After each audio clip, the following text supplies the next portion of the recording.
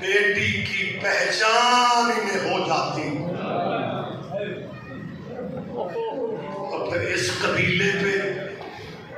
یہ رات آتی جو حسین نے اپنے نانے کا کلمہ پڑھنے والوں سے بھیک میں مانگی، مجھے ایک رات ہے۔ اور کچھ مسلمانوں اور تاریخ سے کچھ تو سیکھو یار، کربلا کی جنگ یہودیوں سے تھی، آپ کو زندگی میں فیصلہ کرنا پڑے گا، اور آپ کے پاس موقع ہے۔ سبیلوں پہ اعتراض، نذرانوں پہ اعتراض، ماتم پہ اعتراض۔ ایک بندہ کہہ رہا تھا لیڈر نیٹ پہ کسی نے کلپ دکھایا، جی یہ اگر شیعوں کو امام حسین سے عقیدت ہوتی تو امام حسین تو پیاسے تھے،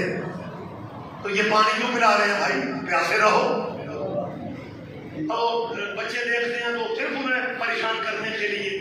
ان کے اپنے بچے مطمئن ہوتے ہیں کہ ہمارے لوگوں نے شیعوں میں بہت بڑا سوال کر دیا کہ جی اگر امام حسین پیاسے تھے، اگر آپ کو محبت ہے تو آپ بھی پیاسے رہیں۔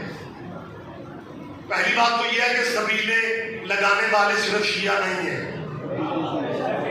ہم تو عزاداریوں میں مصروف ہیں، ہم تو جلوسوں میں مصروف ہیں، ہم تو ادا خانوں میں مصروف ہیں۔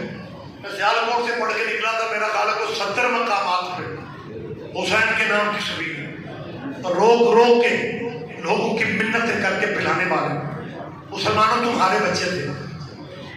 تلاش کرو وہ تیسرا قبیلہ کون سا ہے